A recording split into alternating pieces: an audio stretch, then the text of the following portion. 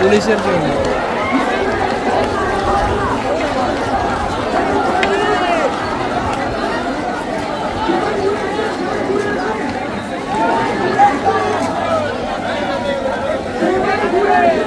কে আছে?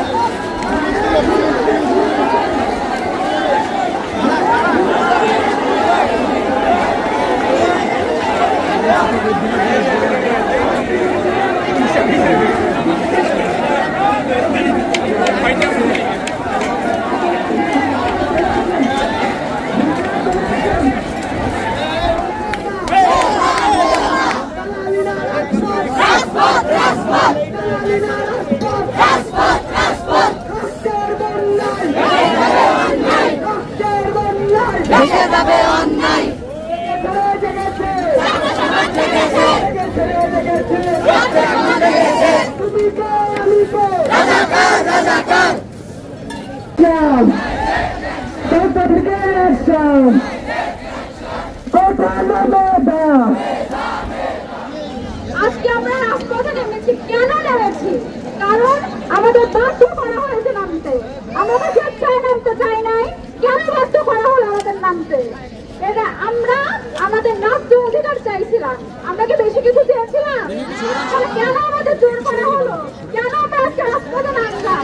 এটা কাজ।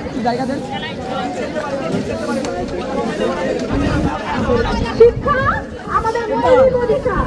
শিক্ষা সবার জন্য সমান, আমরা এটাই জানি। যদি শিক্ষা সবার জন্য সমান হয়, তাহলে চাকরি কেন সবার জন্য সমান না?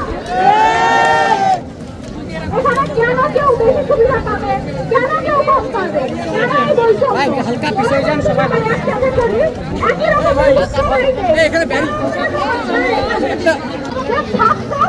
ছাত্রলীগ হইতে পারে না।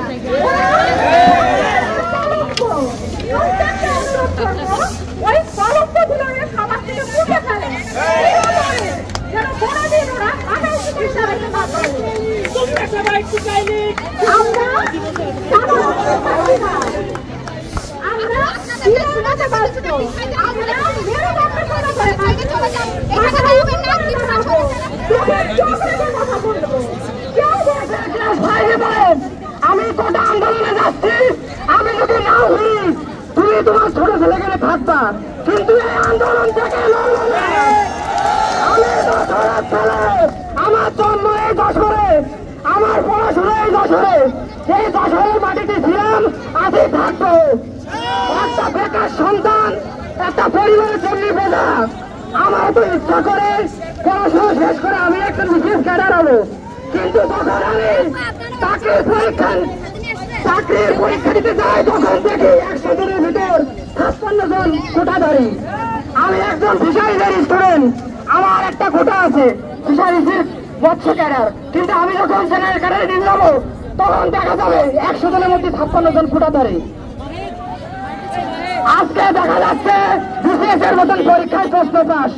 সরকারের কাছে আমার একটা প্রশ্ন, আপনারা সাধারণ ছাত্রের বুকে গুলি চালাতে পারেন, কিন্তু যারা প্রশ্ন পাস করে, তারা দুর্নীতির সাথে করে, তাদের কেন ব্যবস্থা নেন না?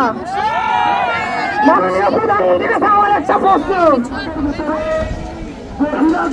আমাদের ফিরে রাখেন, আমরা ব্যতীত যদি আপনাদেরকে পানি অথবা কোনো কিছু কৃষিতে নিয়েন না, অচেতনকারী কোনো কিছু বিষয় দিলে এটাতে সমস্যা। তো বাইরের বহিরাগতদের পানি খেলেন না, কোনো স্লাইন নিয়েন না, কোনো টিস্যু নিয়েন না। এটা একটা সতর্কিত করেন মাত্র আমাদের কাছ থেকে নেন।